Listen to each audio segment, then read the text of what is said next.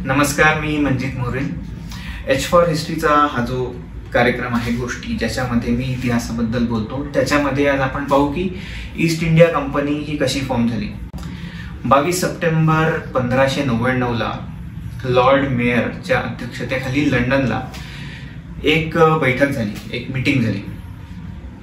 त्याच्यामध्ये जे नागरिक होते ते व्हॉलेंटियर्सच होते आणि त्या हेतूनेच ते जमले होते त्या मीटिंगमध्ये की आपण पौर्वात्य देश म्हणजे ईस्ट इंडिज यांच्यासोबत ट्रेडिंग रिलेशन्स कसे बिल्ड करू. हे जे लोक जमले होते त्याच्यातल्या 101 लोक सोबत आले, 101, आणि त्यांनी 30,133 पाऊंड त्यांनी जमा केले. आणि त्यांना असं वाटलं की एवढी अमाऊंट ही भरपूर आहे ईस्ट इंडिया सोबत म्हणजे भारताशी व्यवहारिक संबंध एस्टॅब्लिश करण्यासाठी. तर 31 डिसेंबर 1600ला क्वीन एलिझाबेथच्या अध्यक्षतेखाली क्वीन एलिझाबेथनी त्यांना एक सनद दिली, एक चार्टर दिलं.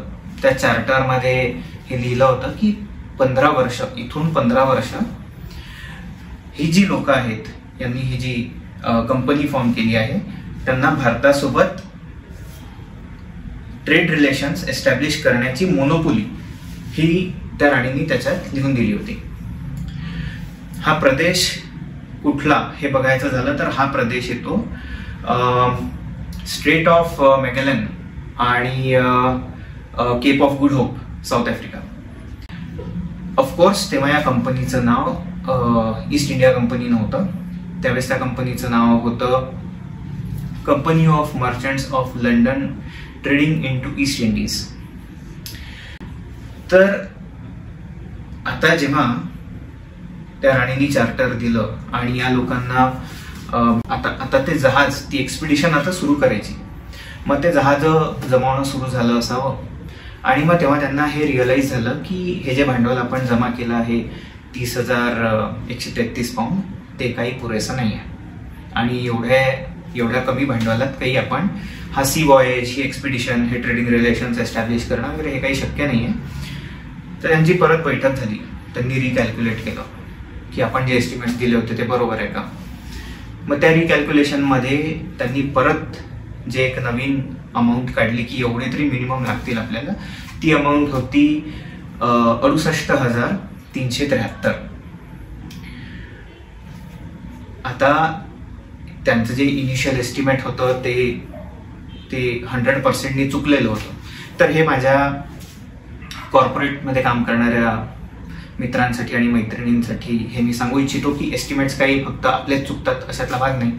ईस्ट इंडिया कंपनी जेव्हा सुरू झाली होती तेव्हा पण एस्टिमेट चुकले होते आणि ते 100% डेल्टा होता त्याच्यामध्ये. तर त्यांनी ते 68,373 रुपये जमा केले आणि 4 जहाज, पहिल्या एक्सपिडिशनमध्ये 4 जहाज त्यांनी लंडनहून इंडियाला पाठवली. ती जहाजं निघाली 1601ला आणि ती इंग्लंडला म्हणजे लंडनला ती परत आली 1603ला. त्याच्यानंतर 1603 पासून तर 1612 पर्यंत त्यांनी अशा 8 व्हॉयजेस अजून केल्या, अशा 8 एक्सपिडिशन्स अजून केल्या. तर ही 1601 ते 1603 मधली एक आणि 1603 ते 1612 मध्ये 8 अशा टोटल 9 एक्सपिडिशन्स केल्या. त्यातली जी चौथी एक्सपिडिशन होती त्याच्यामध्ये 2च जहाजं पाठवली लंडनहून. ती भारतामध्ये पोचायच्या आधीच बुडाली. तर या 9 पैकी ही चौथी वगळता त्यांना 8ही एक्सपिडिशन्स जी होती त्याच्यामध्ये त्यांना बऱ्यापैकी फायदा झालेला आहे. आता ही जी जहाजं होती ती जहाजं निघायची आणि भारतात पोचायची, भारतातनं ती निघायची आणि लंडनला पोचायची. इकडनं काही सामान घ्यायची म्हणजे माल लंडनहून तो भारतात विकायची, भारतातला माल घ्यायची आणि तो लंडनला विकायची. हा मुख्य व्यवसाय. तर याच्यामध्ये प्रॉब्लेम्स व्हायला लागले. आता प्रॉब्लेम काय व्हायला लागले की तेव्हाची जी जहाजं होती ती शिडांची जहाजं होती, सेल शिप्स होत्या. त्याच्यामध्ये 200 ते 500 टन्स एवढ्या आकाराची ती जहाजं असायची, म्हणजे एवढा माल त्याच्यात जाऊ शकेल एवढी ती जहाजं असायची. त्याच्यात झालं असं की ही जी सेल शिप्स होत्या त्याच्यामध्ये वारा हा खूप इम्पॉर्टंट रोल प्ले करतो. तर अनुकूल वारा आहे की प्रतिकूल वारा आहे हे बघावं लागतं. अनुकूल वारा असेल तरच जावं लागतं, प्रतिकूल वारा असेल तर जाताच येत नाही. तर तेव्हा हे लक्षात आलं की लंडनहून इंडियाला यायचं असेल तर डिसेंबर टू एप्रिल या महिन्यातच ती सी वॉयेज तो करावा लागतो. आणि इंडियाहून लंडनला परत जायचं असेल तर तो वॉयेज जो आहे त्याच्यासाठीचा बेस्ट वेळ जो आहे तो जानेवारी आहे. तर सी एक्सपिडिशन करणं, लंडनहून इंडियाला जाणं आणि इंडियाहून परत लंडनला येणं, आणि त्याच्यामध्ये ऍक्च्युअल बिझनेस त्याच्यामध्ये होतोय. तर हा जो बिझनेस करायचा आहे कुठलाही व्यापारी म्हटलं तर त्याला कमीत कमी पैशात माल घेऊन जास्तीत जास्त पैशात तो विकणे हा त्याचा हेतू असतो, जेणेकरून त्याचा प्रॉफिट जास्त होईल. सी विंड्समुळे जो काही टाइम रेस्ट्रिक्शन आलं होतं तर हा जो विंडो ऍक्च्युअल व्यापार करायचा जो विंडो आहे तो फार कमी होता. याच्यामुळे त्यांना लक्षात यायला लागलं की हे काही फार परवडण्यासारखं नाहीये. तर आपल्याला इथे काहीतरी स्टोरेज प्लेस लागेल इंडियाला एकदा सामान विकत घेतलं की. म्हणून मग त्यांनी वखार हा शब्द इतिहास वाचला असेल, कोणी मराठीत इतिहास वाचला असेल तर वखार हा शब्द बरेचदा येतो की त्यांनी वखारी बांधल्या. आता वखारी बांधल्या म्हणजे वखारीचं जर का इंग्लिश ट्रान्सलेशन पाहिलं तर ते फॅक्टरी आहे. तेव्हा काही त्या ऍक्च्युअल फॅक्टरीज नव्हत्या त्यांनी ज्या बांधल्या, म्हणजे इंग्लंडच्या लोकांनी ज्या बांधल्या त्या काही ऍक्च्युअल फॅक्टरीज नव्हत्या. वखार म्हणजे तेव्हा फक्त ट्रेडिंग पोस्ट होते की तिथे सामान यायचं, ते सामान गोडाऊन सारखं तिथे जमा केलं जायचं आणि नंतर मग त्याची जी काही प्रोसेस असेल ती प्रोसेस फॉलो व्हायची आणि ते सामान विकल्या जायचं. तर अशा वखारी त्यांनी तिथे एस्टॅब्लिश करण्याची परवानगी मागितली तिथल्या राजाला, जी त्यांना मिळाली. इसवी सन 1652 मध्ये भारताची ईस्ट इंडिया कंपनी एस्टॅब्लिश झाली होती. त्याच्या 2 ब्रांचेस करण्यात आल्या. त्या 2 प्रेसिडेंट्स खाली होत्या. एक होती जी भारताच्या पश्चिमेचे जे काही वखारी आहेत ईस्ट इंडिया कंपनीच्या त्यांची देखरेख करेल, आणि एक पौर्वात्य देशांसोबतच्या. पश्चिमेचे जे वखारी होत्या त्याच्यामध्ये याची भारताच्या पश्चिम किनाऱ्यावरची राजापूरची वखार, त्याच्यानंतर रेड सी जो आहे ज्याला तांबडा समुद्र म्हणतो त्याच्या किनाऱ्यावर असलेली मोखाची वखार, त्याच्यानंतर पर्शियन गल्फला असलेली बसराची वखार. तसंच पौर्वात्य साईडचे जे देश म्हटले किंवा इकडचा जो प्रेसिडेंट होता त्याच्या अध्यक्षतेखाली ज्या वखारी यायच्या त्या म्हणजे कलकत्ता, ओरिसा, त्याच्यानंतर फार ईस्टच्या ज्या काही वखारी होत्या ते त्याच्या खाली यायच्या. ईस्ट साईडचा जो प्रेसिडेंट होता त्याचे जे हेडक्वार्टर्स होते ते आधी होते जावाला, आणि त्याच्यानंतर ते 2 वर्षातच तिथून ते हेडक्वार्टर्स शिफ्ट करण्यात आले आणि ते नंतर झाले मद्रासला, म्हणजे आजचं चेन्नई. तशाच प्रकारचं पश्चिमेचे जे हेडक्वार्टर्स होते ते होते सुरतला, गुजरातमध्ये. शिवाजी महाराजांच्या काळात ईस्ट इंडिया कंपनी जी होती त्याची एम्प्लॉई स्ट्रेंथ ही काही फार नव्हती. म्हणजे ईस्ट इंडिया कंपनीचे लंडनमध्ये पण काही काम करणारे लोक होते आणि भारतात पण काही काम करणारे लोक होते. इंग्लिश सब्जेक्टची गोष्ट करतो, जे इंग्लिश सिटीजन्स होते. भारतातले लोक जे होते ते ऑफकोर्स इथल्या वखारीमध्ये काम करायचे ट्रेडिंग पोस्टवर. तर इंग्लंडला जे लोक काम करायचे त्याच्यामध्ये त्यांचे फार तर फार एम्प्लॉई स्ट्रेंथ जी होती आजच्या भाषेत बोलायचं झालं तर ती 20 ते 25 लोकांची होती. आणि इंडियामध्ये जे त्यांचे लोक कामाला होते त्याच्यात त्यांची सगळ्या वखारी मिळून 100वर पण त्यांची स्ट्रेंथ नव्हती. तर टोटल एम्प्लॉई स्ट्रेंथ जर का बघितली इंग्लंड आणि इंडियाची तर ती 90 ते 110च्या घरात असावी. क्रॉसबी नावाची जी जागा आहे लंडनला तिथे इंग्लिश ईस्ट इंडिया कंपनीचं हेडक्वार्टर होतं. तिथे त्यांची एम्प्लॉई स्ट्रेंथ जी आहे ती 17 ते 18 होती. आणि ब्लॅकवॉल नावाची जागा आहे जिथे ते शिप्स बनवायचे ज्याला गोदी म्हणतो आपण, तिथे जी एम्प्लॉई स्ट्रेंथ होती ती 7 ते 8 होती. काही डॉक्युमेंट्स असे पण अवेलेबल आहेत की भारतासोबत बिझनेस हा जो चालू होता, ट्रेडिंग जे चालू होतं त्याची तो कमी प्रॉफिटेबल व्हायला लागला. त्याच्यामुळे तिथे जॉब कट्स पण झालेले आहेत आणि काही ठिकाणी पगार पण कमी झालेले आहेत. तेव्हा त्यांचे जे पगार होते ते जास्तीत जास्त 200 पाऊंड आणि कमीत कमी 40 पाऊंड अशी त्यांची ती सॅलरी रेंज होती. असे काही डॉक्युमेंट्स अवेलेबल आहेत. त्या 233 होते खरं. त्या 233चे अप्पर लिमिट कट करून 200 पाऊंड झाले आणि लोअर लिमिट कट करून 40 पाऊंडाचे 30 पाऊंड झाले. असे डॉक्युमेंट्स अवेलेबल आहेत. जॉब कट झालेले आहेत असे लिहिलं आहे, कारण भारतासोबतचा व्यवसाय तेवढा प्रॉफिटेबल राहिला नव्हता. तर माझे जे मित्र आणि मैत्रिणी जे जॉब करतात, हा काही नवीन प्रॉब्लेम नाही आहे की पगारच वाढत नाही. आज आहे आपला जॉब, उद्या राहतो की नाही माहिती नाही, काय होणार, हे कसं होणार, पगार वाढलाच नाही, 1 वर्ष झाले, बोनसच मिळत नाही. हे काही आजचे प्रॉब्लेम्स नाही आहे, हे प्रॉब्लेम्स आधीपासून होते. मी आत्ताच सांगितलं, इंग्लिश ईस्ट इंडिया कंपनीमध्ये पण हा प्रॉब्लेम झालाय. तर यू आर नॉट अलोन हा याच्यातनं मेसेज आहे, हा तुम्ही ऐकावा आणि समाधान मानावं असं माझी प्रामाणिक मनापासून इच्छा आहे. वखारीत आता कोण लोक काम करायचे किंवा तिथे काय काय कशी काय हायरार्की होती किंवा काय प्रकारचे जॉब्स तिथे होते, तर तिथे एक अप्रेंटिस असायचा, त्याच्यानंतर एक रायटर असायचा. रायटर म्हणजे क्लर्क म्हणजे क्लरिकल जॉब त्याच्याकडे होता, ॲडमिनिस्ट्रेटिव्ह जॉब होता बऱ्यापैकी. आणि त्याच्यानंतर एक फॅक्टर म्हणून एक जॉब तिथे असायचा. 1675ला तिथे अजून काही जॉब पोस्टिंग झाले, म्हणजे नवीन जॉब्स ओपन झाले वखारीमध्ये. तर मी मगाशी म्हटल्याप्रमाणे अप्रेंटिस होता, रायटर होता, फॅक्टर होता, त्याच्यानंतर मर्चंट आणि सिनियर मर्चंट असे जॉब झाले आणि प्रेसिडेंट तर होताच होता. हे सगळेजण वखारीतच राहायचे, हे म्हणजे रेसिडेंट्स होते सगळे. त्यांचं खाणं पिणं राहणं हे सगळं कंपनी बघायची. त्याच्यानंतर तिथे काही इंडियन्स पण जॉबला होते. ते जे जॉबला होते त्यांच्यामध्ये ते कुक म्हणजे बेसिकली स्वयंपाकी हा भारतातला असायचा मोस्टली. तो स्वयंपाकी जो होता त्याला इंग्लिश पद्धतीने त्याला जेवण बनवता यायचं, याचे डॉक्युमेंटेड आहे बरं, मी मनाने नाही सांगत आहे. तर तो हे सगळं इंग्लिश ब्रेड्स तो बनवू शकायचा. त्याच्यानंतर त्यांच्या डेलिकेसीज म्हणजे अगदी डेलिकेसीज जरी नसल्या तरी मीठ तो वेगवेगळ्या प्रकारचं बनवू शकायचा, म्हणजे अगदी रानकोंबड्या रानडुकर अशी उल्लेख आहेत बरं, ती मी सांगतोय. तर हे तो बनवू शकायचा. काही ठिकाणी तर भारतीय जेवण पण त्यांनी खाल्लं आहे, कारण गहू आणि तांदूळ तिथे उत्पादन होत असे तर त्यांना तो इझिली ॲक्सेसिबल होता. तिथे भारतीय जेवण पण बनायचं.